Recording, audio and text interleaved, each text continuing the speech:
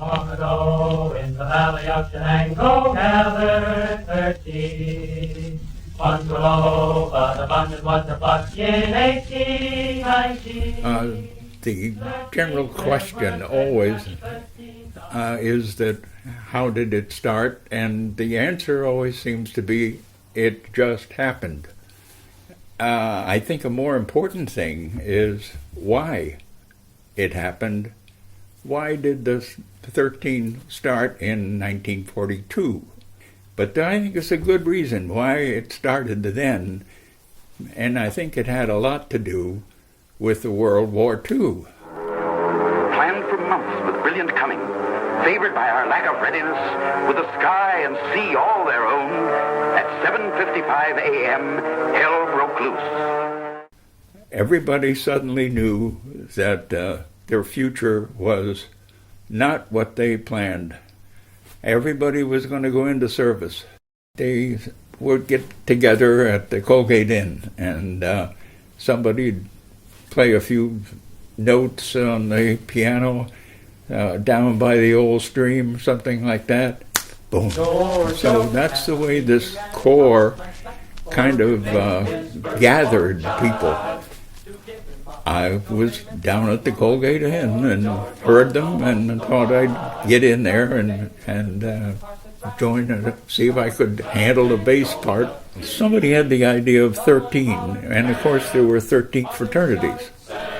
And the idea then said, okay, one from each fraternity. That would be 13.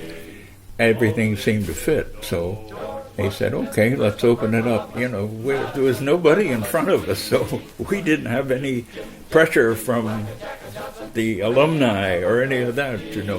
We were just feeling our way along. We didn't have any computers. We had no recorders, no tape recorders. We had nothing much to do. You know, did I mention that it was an all-male school at the time? The thing we wanted to do was to sing. And that relaxed, that took away a lot of the anxiety of the time. This was the way to get rid of the concerns, the anxiety you might have had about finishing college. What's going to happen? What service are you going to go in? What's going to happen in the future? And the thing that we had done was to go over and get Everett Case, president, on our side. We went over one evening. He was just newly elected president. We went over one evening and serenaded him. And his wife came out, and they brought some chairs, and their family came out, and we just kept singing and everything, and he was just delighted. And I think then he kind of interceded with the music department and said, okay, I mean, let's, let these guys be. This is something we need at Colgate. That was really a turning point, I think. For the whole program. We didn't know where this thing was going, but we knew we had something right then. I had one solo, which was ridiculous, but it was a song that I can't even remember the name of the song, but at one point everybody stopped singing, and I said, "Ha ha, the flea." That was it. That was my 15 minutes.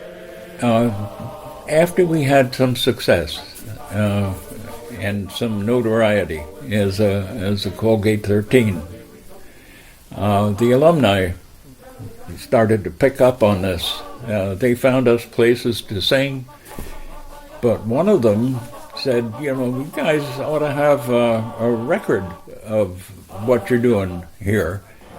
Oh, these are the recordings that we made.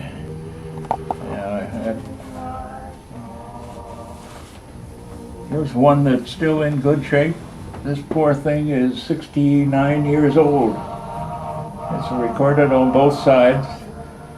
It wasn't a press recording, it was just acetate. and they had to do one of these recordings for every time they wanted to duplicate it. They couldn't duplicate this. So they made 13 copies. But they're very fragile. And there are, this is 1819 at one of the songs, and the Twilight song. And on the other side, I don't know. But there's no label. But we made 15 songs recorded, and there are 3 records. And as far as memorabilia from the first group, the founders group, you're looking at, this is it. We don't have any pictures, we don't have anything. We had such an unusual situation. The recruiting of the Army, Navy, and all these Marines, campus was quite unusual. There's a statistic that is unbelievable. By the time the class of 1944 graduated, if you took 9 guys, 8 of them were in uniform on campus. But it was so unusual. It wasn't college as we expected it would be. We were split up. Everybody just kind of left.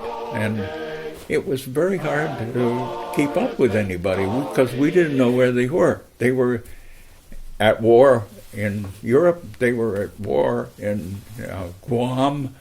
I certainly didn't think I would be looking back in 70 years at what we had been doing in 1942. I would say that you should be very thankful if you have been able to make it into the Colgate 13. It's become a very unusual opportunity for a lifetime. I can look back now and be very pleased that I was a member of the founding group.